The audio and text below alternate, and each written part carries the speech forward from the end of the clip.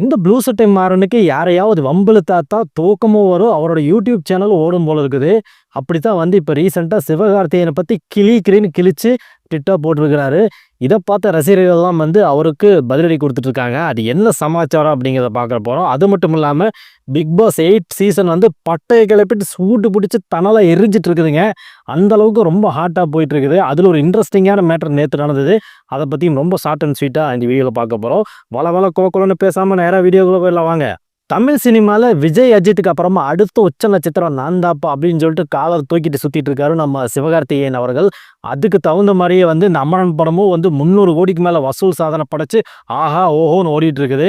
இந்த சூழ்நிலையில இப்படி போயிட்டு இருந்தா கூட நம்ம சிவகார்த்திகேயன் ஆள் மனசுல ஒரு சின்னதா ஒரு வருத்தம் இருக்குதா? அது என்னன்னு கேட்டீங்கன்னா, டான் படத்துல என்னதான் சூப்பரா நடிச்சிருந்தா அந்த படம் பயங்கர ஹிட் ஆயிருந்தாலும் கூட அந்த படத்துக்கு உண்டான ஒரு நல்ல பேரை வந்து எஸ்.ஜே. சூர்யா எடுத்துட்டு போயிட்டாரு. எஸ்.ஜே. சூர்யா தான் அந்த படத்துல நல்லா நடிச்சிருக்காரு அப்படிங்கிற ஒரு பேரை வாங்கிட்டாரு.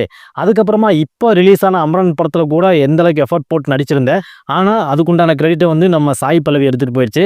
சாய் பல்லவி தான் அந்த படத்துல வந்து நல்லா நடிச்சிருக்காங்க அப்படின்னு சொல்லிட்டு இப்படி நம்ம என்னதான் எஃபர்ட் போட்டாலும் அதுக்குண்டான கிரெடிட் நம்மளுக்கு கிடைக்கலன்னு சொல்லிட்டு நம்ம சிவகார்த்திகேயன் போற இடம் வர இடமெல்லாம் போட்டு புலம்பி தீக்கிறாராம். அது மட்டும் இல்லாம சோசியல் மீடியால என்ன போட்டு தள்ளுறதுக்குன்னு ஒரு கோட்டை சுத்திட்டு இருக்குது அப்படிங்கிற மாதிரியும் வந்து சொல்லியிருக்கிறாரு. இதை பார்த்து கடுப்பான நம்ம ப்ளூ சட்டை மாறன் வந்து என்ன சொல்லியிருக்காருன்னா வந்து, ஏப்பா இப்போதான் வந்து இவங்க படம் வந்து நல்லா ஓடிட்டு இருக்குது, இப்பவே இந்த மாதிரி சேட்டை பண்றதுக்கு ஆரம்பிச்சிட்டிங்களா?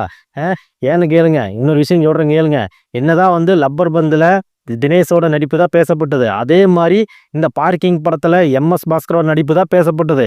அதுக்கு வேண்டி வந்து யாரும் டவுன் ஆகல. என்னதான் வந்து பார்க்கிங் படத்துல எம்.எஸ். பாஸ்கரை புகழ்ந்து பேசினாலும் நம்ம ஹரிஷ் கல்யாண் வந்து நல்ல கதையை சூஸ் பண்ணியிருக்காங்கன்னு சொல்லிட்டு அவரை பாராட்ட தான் செஞ்சுட்டு இருக்காங்க. அதுக்காக அந்த படத்தில் நானும் நடிச்சிருக்கேன், நல்லா தான் நடிச்சிருக்கேன், ஆனால் எம்.எஸ். பாஸ்கருக்கு தான் நல்ல பேர் கிடைச்சிருக்கு, அவரை தான் எல்லாரும் பாராட்டுறாங்கன்னு சொல்லிட்டு போற இடம் வர்ற இடமெல்லாம் புலம்பல. ஆனால் நீங்கள் வந்து போற இடம் வர்ற இடமெல்லாம் புலம்பிட்டு இருக்கிறீங்க. இப்போதான் வந்து நீங்கள் வந்து சினிமாவில் கால் பதிச்சு நல்ல இடத்துக்கு கொஞ்சம் வந்திருக்கிறீங்க.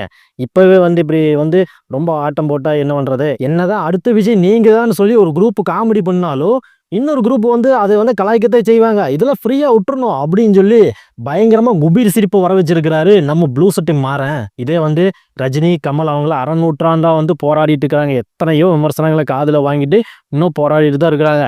விஜய், அஜித் கால் நூற்றாண்டுல இத்தனை வதந்திகளையும் இத்தனை விமர்சனங்களையும் காதில் வாங்கிட்டு தான் இன்ன வரைக்கும் அவங்க ஓடிட்டு இருக்கிறாங்க. ஆனால் நீங்கள் இது சின்ன ஒரு பிட்டுக்கே வந்து இப்படியெல்லாம் வந்து கதிகலங்கி போனால் என்ன பண்ணுறது? ஏப்பா நல்ல படங்களை சூஸ் பண்ணி நடிங்கப்பா. உதாரணத்துக்கு இந்த வாலி, பருத்தி வீரன், பிதாமகன், அசுரன் இந்த மாதிரி நல்ல படங்களை நடித்து பேர் வாங்கப்பா. நீ ஒரு சிறந்த நடிகன்னு ப்ரூவ் பண்ணு. அதை இட்டு போட்டு போகிற இடம் வர்ற இடமெல்லாம் போய் ஒப்பாரி வச்சுட்டு இருந்தா யார் வந்து பாராட்டுவாங்க? இப்போதான் கால் பதிச்சிருக்கீங்க. நல்ல படங்களை சூஸ் பண்ணி நடிக்கிற வேலையில் ஃபோக்கஸ் பண்ணுங்க அப்படின்னு சொல்லி நம்ம சிவகார்த்திகேயனுக்கு நம்ம ப்ளூ சட்டை மாறன் வந்து அட்வைஸ் பண்ணி வந்து ட்விட்டரில் வந்து ஒரு விஷயத்த வந்து ஸ்ப்ரெட் பண்ணி விட்டுருக்காரு. இதை பார்த்த ஒரு சில ரசிகர்கள்லாம் ஆமாம் ப்ளூ சட்டை மாறன் சொல்கிறது கரெக்டு தான், சிவகார்த்திகேயனுக்கு இன்னும் கொஞ்சம் நடிப்பு வந்து தேவைப்படுது, நல்ல கதையில் சூஸ் பண்ணி நடிக்கட்டும், இப்போவே வந்து எதுக்கு இப்படியெல்லாம் புலம்புறாரு அப்படின்னு ஒரு பக்கம் பேச, இன்னொரு பக்கம் எப்படியா எங்கள் எஸ்கே பார்த்து பேசலாம், எப்படியா இந்த மாதிரில நீ வந்து கமெண்ட் பண்ணலாம் எங்கள் நடிகரை அப்படின்னு சொல்லிட்டு அவரோட ஆதரவாளர்கள் வந்து போர்க்குடி தூக்கிட்டு ட்விட்டரில் கமெண்ட்டை போட்டு அடி நடிச்சிட்டு இருக்கானுங்க. சரி, இது ஒரு பக்கம் இருக்க, இப்போ பிக் பாஸ்க்கு வருவோம். பிக் பாஸ் சீசன்லேயே வந்து இது 8வது சீசன் தான் வந்து விறுவிறுப்பாகவும் சூடாகவும் பயங்கர என்டர்டெயின்மெண்ட்டாகவும் இருக்குதுன்னு தான் நான் சொல்லுவேன். ஏன்னா அந்த அளவுக்கு புது போட்டிகள், புது ஸ்ட்ராட்டஜிகள், அப்புறம் புது வைத்தறிச்சல்கள், புது ஒப்பாரிகள் எல்லாமே வந்து இந்த பிக் பாஸ் 8 சீசனில் தான் வந்து நடந்தது. இது எல்லாம் வந்து இந்த சீசனை ஒட்டுமொத்தமாக பார்த்த மக்களுக்கு வந்து தெரிஞ்சிருக்கும். அந்த அளவுக்கு ஒரு ஃபென்டாஸ்டிக்கான ஒரு சீசன் தான் சொல்ல முடியும். எல்லா சீசன்லையுமே வந்து அந்த சீசன் ஸ்டார்டிங்கில் வெளியே போனவங்கலாம் அந்த சீசன் முடியும் போது வந்து ரீஎன்ட்ரி கொடுத்து உள்ள வருவாங்க. அப்படி உள்ள வந்தவங்கள 2 பேர் வந்து இந்த சீசனையே வந்து கலக்குன்னு கலக்கி விட்டுருவாங்க போங்க. அது யாருன்னு கேட்டிங்கன்னா நம்ம தர்ஷா குப்தாவும் அர்ணவும் தான். தர்ஷா குப்தா வந்து அவங்க பேசும்போது என்ன சொன்னாங்கன்னா வந்து, விஷால்னு ஒருத்தர் இருக்காரு, உங்களுக்கு நல்லாவே தெரியும். அவர் வந்து இந்த பொண்ணுகளை ஏமாற்றி அவங்கள வந்து லவ் பண்ணுற மாதிரி எல்லாம் சென்டிமெண்ட்டை கிரியேட் பண்ணி விட்டு அவங்கள வந்து வெளியே தள்ளுறது தான் இவரோட தலையாய கடமை, தலையாய வேலை அப்படிங்கிற மாதிரியெல்லாம் வந்து மிகப்பெரிய அளவில் பர்சனல் அட்டாக் கொடுத்து கலாய்ச்சி விட்டாங்க. இதை பார்த்து கூட தேம்பி தேம்பி அழுதாரு நம்ம விஷால். அது மட்டும் இல்லாமல் நம்ம அருணவும் அதே மாதிரி தான் வந்து இங்கே இந்த வீட்டில் இருக்கிறவங்க கண்ணில் விரல விட்டு ஆட்ட போகிறோன்னா அப்படின்லாம் சொல்லிட்டு பயங்கரமாக ஒரு ஹீரோயிசமாக வந்து பயங்கரமாக பேசினார். உங்களோட குறிக்கோள் என்ன, ரீஎன்ட்ரி எதுக்காக கொடுத்தீங்க அப்படின்னு கேட்டால், நான் வந்து என்னையெல்லாம் பழி வாங்கினாங்க இந்த வீட்டுக்குள்ளே இருக்கும்போது, அவங்களெல்லாம் ஒன்றும் பண்ணாமல் வெளியே போய் தொலைஞ்சிட்டேன். இப்போ திருப்பி உள்ளே வந்து எல்லார் கண்ணிலையும் விரல விட்டு ஆட்ட போகிறேன். அதே மாதிரி எல்லாத்தையும் வந்து லெஃப்ட் அண்ட் ரைட் வாங்க போகிறேன். அதுக்காகத்தான் நான் பிக் பாஸ் வீட்டுக்குள்ளேயே ரீஎன்ட்ரி கொடுத்தேன்.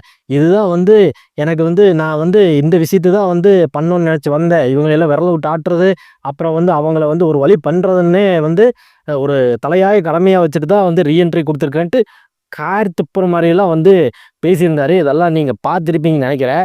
அதுலேயும் பாருங்கள், இந்த அர்ணவ் பண்ண அட்டகாசத்துக்கு அளவே இல்லாமல் போச்சுங்க. நாங்கள் ஃபேமிலி உட்காந்து பார்த்து சிரிச்சுட்டே இருந்தோம். என்ன சொன்னாருன்னா, அருணை பார்த்து டக்குன்னு நீ ஒரு ஜாட்ரா கொஸ்டின் சொல்லிட்டாரு. அவரும் பார்த்துட்டு இப்படியே உட்காந்து பார்த்துட்டு இருக்காரு. பாரதிக்கு அந்த மாதிரி ஒரு ரியாக்ஷன் கொடுப்பாரு பார்த்தீங்களா, அந்த ரியாக்ஷனே இல்லைங்க. அப்படி ரியாக்ஷன் கொடுத்துட்டு இருந்த ஆளை ரியாக்ஷனே இல்லாத மாதிரி உட்கார வச்சுட்டாரு இந்த அர்ணவ். அது மட்டும் இல்லாமல் இங்கே சட்டை போடாமல் ஒருத்தர் சுற்றிட்டு திரிவானே சத்யா, அவனை எங்கே அப்படின்னு கேட்டார். அதுவும் கூட விட்டுடலாங்க. அப்போ இன்னொரு விஷயம் கேட்டார் பாருங்க, இங்கே ஒருத்தர் தடவிட்டு நோண்டிட்டு இருப்பானே ஜெப்ரி, அவனைங்க அப்படின்லாம் வந்து பயங்கரமாக பேசி விட்டா அப்படி. அது மட்டும் இல்லாமல் இங்கே இருக்கிற எல்லாருமே ஜால்ரா கோஷ்டி தான், எவனுமே வேலைக்கு ஆகாதவங்கிற மாயெல்லாம் பேசிட்டாங்க. இதை பார்த்தோன்னே முத்துக்குமரன் இவங்கெல்லாம் கடுப்பாய் போய் டீசெண்டாக பேசுங்க, இது ஒரு ஸ்டேஜ், இது ஒரு மக்கள் பார்க்குற இடம், இங்கே வந்து மரியாதையை பேசணும் அப்படிங்கிறானுங்க. ஆனால் அங்கே தடவுறது, நோண்டுறது, இந்த குசலம் பேசுறது, வயிற்றெரிச்சல் பிடிச்சி பேசுறது, எப்படியாவது வெளியே அனுப்பணும்னு பேசுறது, இதெல்லாம் வந்து நியாயம். ஆனால் நான் டைரெக்டாக ஓப்பனாக வந்து பேசினா அது வந்து உங்களுக்கு தப்பாக தெரியுது. ஆனால் அந்த நோண்டுறவன், தடவுறவன், புறம் பேசுகிறவன், இவங்க எல்லாம் விட்டுருவீங்க. நான் உண்மை பேசினா என்னை வந்து இப்படியெல்லாம் வந்து பேசக்கூடாதுன்னு சொல்லுவீங்க. எனக்கு ரைட்ஸ் இருக்குது இந்த வீட்டில் அப்படிங்கிறத ஆணித்தனமாக ப்ரூவ் பண்ணிட்டாரு நம்ம அர்ணவ். சரிப்பா, உங்களை எல்லாம் பொதுவாக நான் கேட்குறேன், இந்த பிக் பாஸ்னா என்னப்பா? அடுத்தவங்க வீட்டை எட்டி பார்க்குறது தானே பிக் பாஸு. பிக் பாஸுங்கிறதே ஒரு வீடு. அந்த வீட்டுக்குள்ளே நடக்கிறத உலகம் பூரா டெலிகாஸ்ட் பண்ணுறாங்க. அந்த வீட்டுக்குள்ளே நடக்கிறத பார்க்குறதே முதல் தப்பு.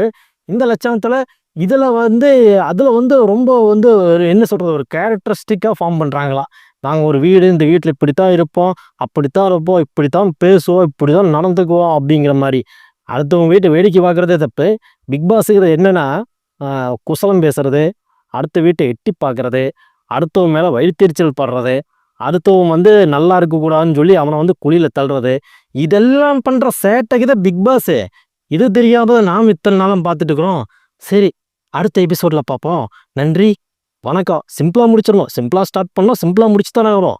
அதுக்கப்புறம் இந்த வீடியோ உங்களுக்கு பிடிச்சிருந்தா மறக்காமல் லைக் பண்ணுங்கள், ஷேர் பண்ணுங்கள், சப்ஸ்கிரைப் பண்ணுங்கள். இந்த வீடியோவை பிக் பாஸ் பைத்தியங்களுக்கு ஷேர் பண்ணி நீங்களும் என்ஜாய் பண்ணுங்கள். அடுத்த வீடியோவை சந்திப்போம்.